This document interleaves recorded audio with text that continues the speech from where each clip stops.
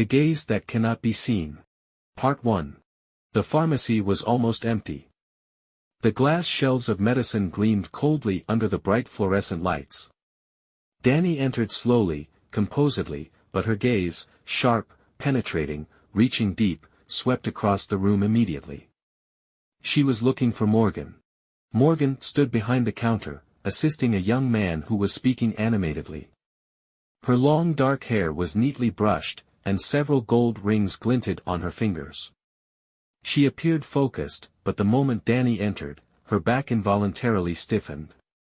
She didn't want to lift her head. Just don't look. The thought flashed through her mind. She could feel that gaze. Heavy, direct, pressing. Danny looked exhausted, her face was sunken, dark circles shadowed her eyes. Something about her filled Morgan with a superstitious dread. She couldn't explain it logically, but she believed that some people had a gaze that reached too deep, that latched onto your aura, pierced through with its finely directed bioenergy, as if searching for cracks to slip through. Danny had done nothing unusual. She was simply waiting for her turn, but Morgan couldn't take it. She resorted to an old tactic, avoiding eye contact. She blinked and acted as if she hadn't noticed the woman. No accidental glance, no polite nod, nothing. Just a quick shift of her eyes back to her customer. Danny waited. She made several attempts to catch Morgan's eye, nothing. Finally, she stepped closer and asked politely. "Are you free? Good afternoon, I need your help." Morgan could no longer ignore her. She forced a polite smile, but instead of looking at Danny, she quickly pulled out her phone. "What medication are you looking for?" she asked, pretending to search something up. Danny looked at her hands. "The phone. Again, the phone. I need something to ease my hot flashes. I'm going through a difficult time," she said calmly. "Of course, let me check," Morgan replied emotionlessly, pretending to search for information. But Danny wanted something else. "It's hard for me to read from a screen. Just tell me, how effective is it? Is it herbal? Does it contain chemicals?"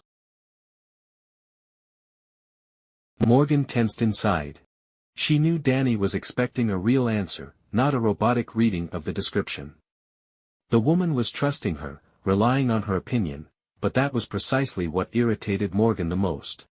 She didn't want this connection. She didn't want to feel that gaze on her. "It's a very good product. Many people buy it," she said quickly. Then, without looking at Danny, she played the product's audio description on her phone. Let the machine speak for her. Let the woman listen without her involvement. But this was manipulation, too. Morgan wasn't just avoiding contact, she was controlling it. She was deliberately redirecting Danny's attention. She was stripping her of the right to a natural conversation, forcing the interaction to follow her own rules. She made Danny read, look at the screen, follow the rhythm of communication that was convenient for her. And that was strange, because this was exactly what she feared in others.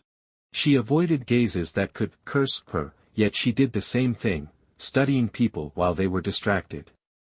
Observing them coldly, judgmentally. Examining them while they weren't looking. Danny didn't argue. She silently watched the pharmacist, then gently but firmly said, "I don't want to take up your time and energy. Just tell me, are there any side effects?" Morgan pretended to listen to the audio file, then answered mechanically, "No, nothing significant.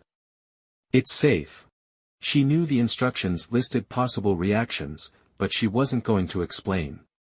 She just wanted to get rid of this customer as quickly as possible. When Morgan rang up the purchase, she finally raised her eyes, but still didn't meet Danny's gaze. Instead, she glanced at her phone again. Danny took the medicine.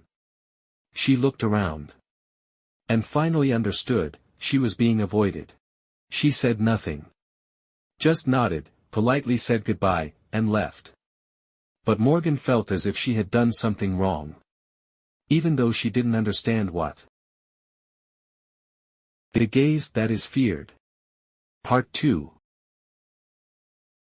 When the door closed behind Danny, Morgan took a deep breath. She hated this feeling.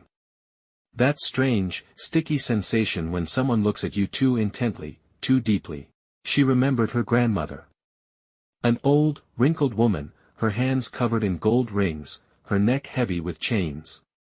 She believed in the evil eye.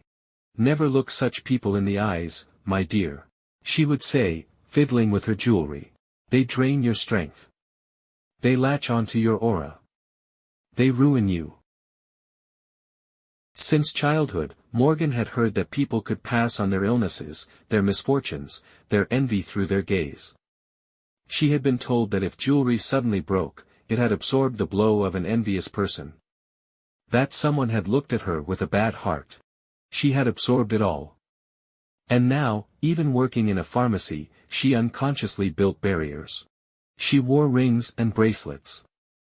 She wore earrings and chains. She avoided looking into the eyes of those she believed could bring her harm. When someone made her uncomfortable, she redirected their attention. The phone. The audio. The online search. Any distraction to prevent direct contact. But today, for the first time, she noticed something strange. She was doing the same thing. When customers looked at the screen of her phone, reading text, she didn't turn away. On the contrary. That was the moment she allowed herself to observe them. She feared that someone might pierce her aura, but she was piercing theirs. She avoided other people's gazes, yet manipulated people, forcing them to communicate her way. And that was what made her tense inside.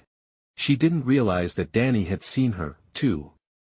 Seen her fear, her tension, the way she avoided eye contact.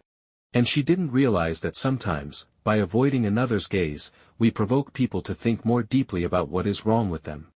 They felt diminished, and their thoughts began circling around Morgan.